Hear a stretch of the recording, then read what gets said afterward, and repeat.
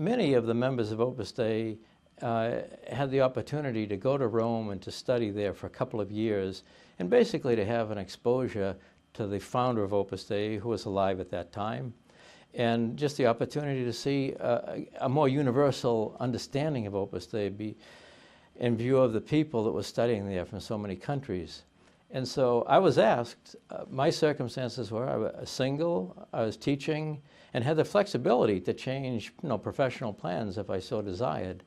And I was asked to go to Rome in 1966. In many get-togethers with the founder of Opus Dei, he would emphasize the spirit of Opus Dei is in little things, in the common down-to-earth concern for little details that we're exposed to. One of the things that I observed a lot, everyone studying at the Roman College had small jobs to do. My job, being from the United States and being more or less handy with things, was in small repairs. And one of the things I noticed from the founder of Opus Dei is his concern for the material repairs that needed to be done in those facilities.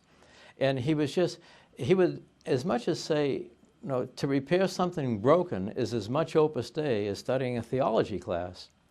And one incident that I particularly remember, I was asked at one point to go to the office area where he was generally working. There was a cabinet that could not be locked. And he, at the time, informed the director of the Roman College if someone could come and fix this cabinet. And so I happened to be the one that was more or less in charge of those kinds of repairs and was asked to do that. I was invited into the office area where the father worked, and he pointed out to me that this cabinet could not be locked. Well, I proceeded to remove the lock, and just to see if I could repair it in the shop area that we use there. And he said, "You don't have to do that. You can fix it right now." And I said, "No, I'd rather do it downstairs where I have more tools." So the long and short of it was, the lock just needed a drop of oil. Was just stuck, was bound up. When I went back, he was alone at that time in the room. I reinserted the lock, and I told him, "Well, Father, no, it's all set." And he says, "Well, now try it." And so I closed the cabinet, and I locked the cabinet, and it locked fine, and then I opened it. He says, "Try it again." As though he was surprised that the repair was so easy. So I did it again, and it worked fine. And so I collected the tools, and before I could leave, he gave me a big embrace, and he says, "I have such a tremendous love for the sons of mine who can do what you just did, to do that repair." He says, "I wouldn't even know where to begin to do such a repair." And it was, he was so grateful to see, well, there's a little material thing, but it is a thing that you can have a great love for God if you do it as best you can. And it's a practical thing. He would draw the connection, so to speak, between practical things and of that sort. And, well, that's Opus Dei. To leave that cabinet that should be locked unlocked, that's missing the point. Those things I could pick up. The other more subtle things came in time. But the United States, he always appreciated. Right now, everyone in the world is looking at you. And so that applies also to how anyone in the United States responded and lived well the spirit of Opus Dei. You could transmit that spirit just by your example, and many people would be looking for that example. And so I would say that was one of the reasons why he expected a great deal from the United States. In other countries where Opus Dei expanded to, many of the first people that went to those countries were members of Opus Dei from the United States. And an American was like a Roman citizen at the time.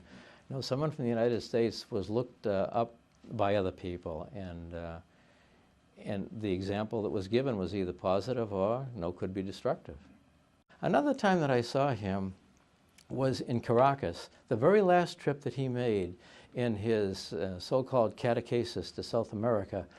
I saw him in Caracas in 1975, only a few months before he died. And we're waiting for him, not knowing that he would come, and he came. Just on his return to the conference center, he stopped by there for just a few minutes. And I hadn't seen him since '69, that was '75, so that's 6 years. We had a very, very brief get-together. The first thing he noticed, he says, "Tom, what has happened to your hair? It had turned gray by then. And I was kidding him. I says, well, Father, when I left Spain, I went to Chicago. Chicago is very, very cold. The winters will churn your hair to the color of snow. So he got a big kick out of that. But he remembered me, and that was 6 years later, with the many people that he had seen. So it's just one more detail that he is the father of my family, and no, I'm one of his children. When our father was beatified, I had the opportunity at that time to go to Rome and to attend that, and as well as the canonization, both of those events. And I mean, they were very, very, they were family events. It was just a privilege to be there, but it was like, gee, this is the spirit that we're trying to live, and it's just being reaffirmed by the church in making him beatified, and then in subsequently canonizing him. It was just a great source of joy to be there, to be a part of that, and to witness that declaration by the church on his behalf. It just brings back a flood of memories, so to speak, and you say, yeah, there's my father on the walls of St. Peter. It just certainly made you feel real good. And I don't know, no one particular thing would you recall, but you knew that's our father. That's the man that I had spent a couple of years with, that I came to know, and I came to appreciate, and I came to love.